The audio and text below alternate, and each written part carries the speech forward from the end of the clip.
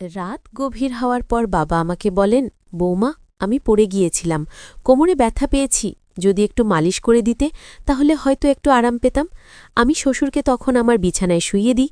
তারপর যা ঘটল আপনি কল্পনাও করতে পারবেন না, কারণ আমার জীবন একেবারে ভেঙে পড়েছিল। বিয়ের ৩ মাসের মাথায় আমার স্বামী হঠাৎ করে এক দুর্ঘটনায় মারা যান।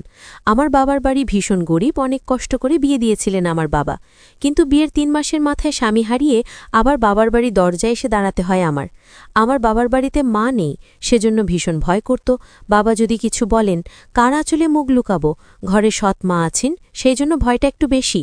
তারপর হঠাৎ একদিন আমার শ্বশুর আমাদের বাড়িতে আসেন। তিনি এসে বাবার সামনে বলেন, আমি চাই আপনার মেয়েকে আবার আমার বাড়িতে নিয়ে যাব, যদি আমাকে দেন। তখন আমার সৎ মা রাজি হয়ে যান, কিন্তু বাবা বলেন, এখন আপনার ছেলে নেই, তাহলে ওকে নিয়ে কি করবেন? আমার সৎমা তখন বাবার সাথে ঝগড়া শুরু করেন আর বলেন, এত কথা কিসের?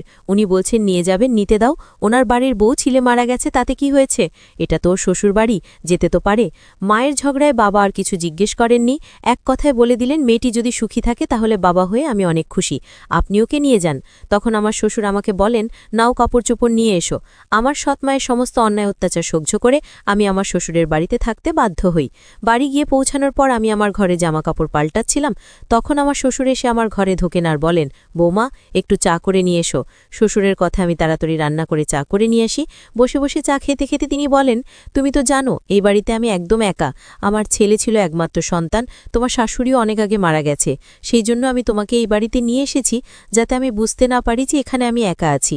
আমি বললাম, বাবা, আপনি একদম চিন্তা করবেন না, আমি তো আপনার পাশে থাকবো মেয়ের মতো। তখন আমার শ্বশুর বলেন, আমি জানি তুমি আমার পাশে থাকবে, কারণ তোমার সৎমা তোমাকে ওই বাড়িতে কখনো শান্তিতে থাকতে দেবে না। এইভাবে কিছুদিন চলে যায়। ৪ মাস পর একদিন রাতে আমি আমার রুমে শুয়েছিলাম, গভীর রাতে টকটক আওয়াজ শুনি। তখন বুঝতে পারি এটা মা শ্বশুর, কারণ এই বাড়িতে আমি আর বাবা ছাড়া আর দ্বিতীয় কোনো মানুষ নেই। আর রাত 12টার সময় ঘরে কে বা আসবে? বাবার কিছু প্রয়োজন ভেবে আমি দরজা খুলি। দরজা খোলা মাত্রই আমার শ্বশুর আমাকে জড়িয়ে ধরেন আর বলেন, বৌমা, আমি পড়ে গিয়েছিলাম, বাথরুমের কোমরে ভীষণ ব্যথা পেয়েছি, যদি একটু মালিশ করে দিতে তাহলে হয়তো একটু আরাম পেতাম। আমি বাবাকে তখন আমার বিছানায় শুইয়ে দিই এবং ওনার ঘর থেকে মালিশ নিয়ে আসি। বাবার বয়স 50 বছর, এতটা বুড়ো হননি, এখনও জোয়ান মনে হয়। আমার স্বামী একটু অল্প বয়সে বিয়ে করেছিল আর অল্প বয়সে এই পৃথিবী থেকে চলে যেতে হলো। বসে বসে শ্বশুরের কোমরে আমি মালিশ লাগিয়ে দিচ্ছি, কেমন যেন উনি আমার দিকে অদ্ভুতভাবে তাকাচ্ছিলেন। তখন আমার আরও বেশি ভয় লাগছিল। আমি বললাম, কি হয়েছে আপনার? কোমরে কি বেশি আঘাত পেয়েছেন? ডাক্তারকে ফোন করব? না বৌমা, থাক, তুমি মালিশ করে দিচ্ছ, এতে আমি অনেক আরাম পাচ্ছি।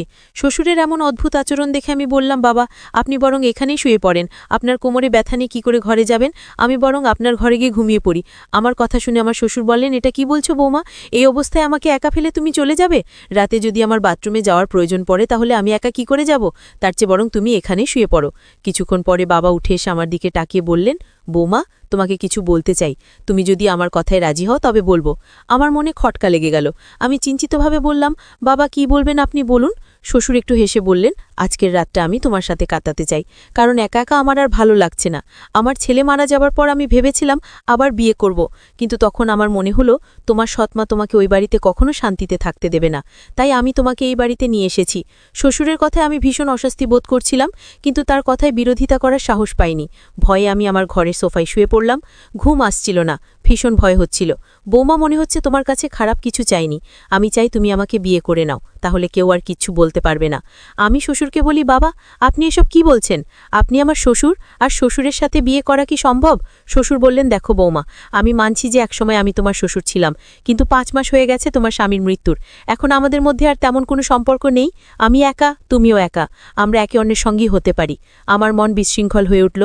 বাবার এমন প্রস্তাব শুনে আমি কিছু বলতে পারলাম না। একদিকে সৎমায়ের অত্যাচার, অন্যদিকে শ্বশুরের অদ্ভুত আচরণ। রাত পেরিয়ে গেল, পরের দিন সকালে শ্বশুরের কথাগুলো নিয়ে অনেক ভেবেছিলাম, নিজের পরিস্থিতি বিশ্লেষণ করছিলাম। শ্বশুরের প্রস্তাব আমার কাছে অসম্ভব মনে হলেও বাস্তব পরিস্থিতি আমাকে বাধ্য করছিল কিছু একটা সিদ্ধান্ত নিতে।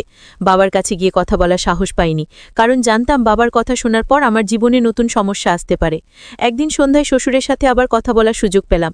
তিনি বললেন, বৌমা, তোমাকে খারাপ কিছু চাইনি, শুধু চাই তুমি আমার জীবনের সঙ্গী হও। আমি একা থাকতে পারি না, তোমার সঙ্গেই আমার জীবন সম্পূর্ণ হবে। আমি অনেক ভেবে বললাম, বাবা আমি আপনার প্রস্তাবে রাজি, কিন্তু একটাই শর্ত, আমাদের সবসময় সম্মান ও ভালোবাসার সম্পর্ক থাকবে। আপনি আমাকে মেয়ের মতো সম্মান করবেন আর আমি আপনাকে বাবার মতো শ্রদ্ধা করব। শ্বশুর বললেন, আমি তোমার শর্ত মেনে নিচ্ছি, তোমার সম্মান সবসময় বজায় রাখব। আমরা বিয়ে করলাম। সমাজের চোখে এটি অস্বাভাবিক হলেও আমরা দুজনেই নিজেদের সিদ্ধান্তে অটল ছিলাম। শ্বশুরের সাথে আমার সম্পর্কে নতুন রূপ আমাকে নতুন জীবনের পথে নিয়ে গেল। আমাদের মাঝে প্রেম, সম্মান ও শ্রদ্ধার সম্পর্ক গড়ে উঠল। আমাদের বিয়ের পর সমাজের চোখে আমরা কটু কথা শুনলাম, কিন্তু আমরা নিজেদের সিদ্ধান্তে অটল ছিলাম। শ্বশুরের সাথে আমার সম্পর্কের নতুন রূপ আমাকে নতুন জীবনের স্বপ্ন দেখিয়েছিল। শ্বশুর আমার জীবনে সবথেকে গুরুত্বপূর্ণ ব্যক্তি হয়ে উঠলেন। আমাদের মধ্যে প্রেম ও সম্মানের সম্পর্ক ধীরে ধীরে গভীর হয়ে উঠল। শ্বশুরের সাথে প্রতিটি মুহূর্ত আমাকে নতুন করে জীবনকে ভালোবাসতে শিখিয়েছিল। এই গল্পটা আপনাদের কেমন লাগলো কমেন্ট করে অবশ্যই জানাবেন। ভিডিওটা ভালো লাগলে ভিডিওটাতে একটি লাইক করে চ্যানেলটিকে সাবস্ক্রাইব করে দিও।